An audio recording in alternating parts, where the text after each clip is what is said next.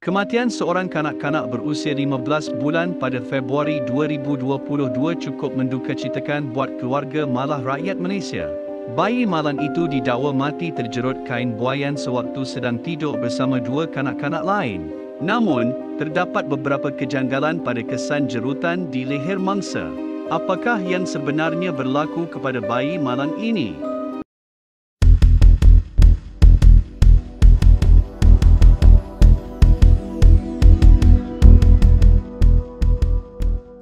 Pagi 23 Februari 2022 Nur Rania Ashifah Yusri yang berusia 15 bulan dihantar ke pusat jagaan seperti biasa oleh kedua ibu dan ayahnya. Tanpa menduga, itu merupakan kali terakhir mereka dapat melihat bayi mereka sihat seperti biasa.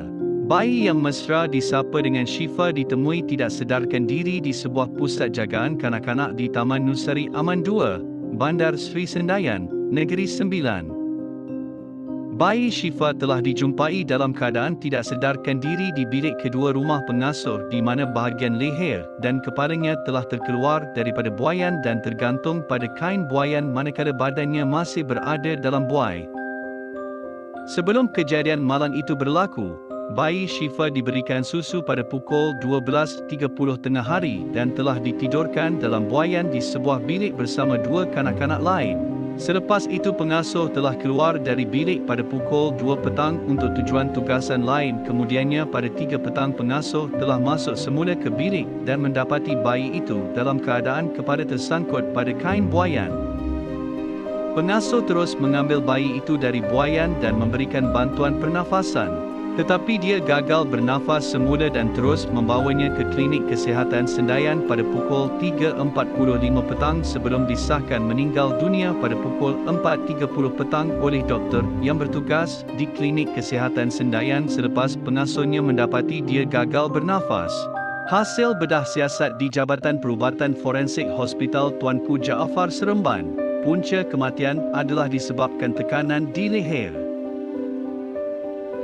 Ayah kepada bayi malang ini, Yusri Yusof merasa agak pelik kerana anak bongsu dari 3 beradik ini tidak pernah tidur di dalam buaian. Tetapi pada hari kejadian, pengasuh mengatakan bayi Shifa ditidurkan di dalam buaian kerana dia susah untuk tidur. Kejadian ini lebih memilukan hati keluarga bayi Shifa yang juga kehilangan anak kedua mereka pada tahun 2020 dan kini bayi Shifa pula menyusul. Untuk rekod, pusat jagaan ini telah beroperasi sejak penghujung tahun 2019 dan kakak sulung kepada bayi Shifa yang kini berusia 7 tahun juga pernah dihantar ke pusat jagaan ini. Namun, hasil siasatan awal mendapati pusat jagaan ini tidak berdaftar dengan Jabatan Kebajikan Masyarakat. Ianya dimiliki oleh dua wanita berusia 29 serta 37 tahun yang juga menjadi pengasuh.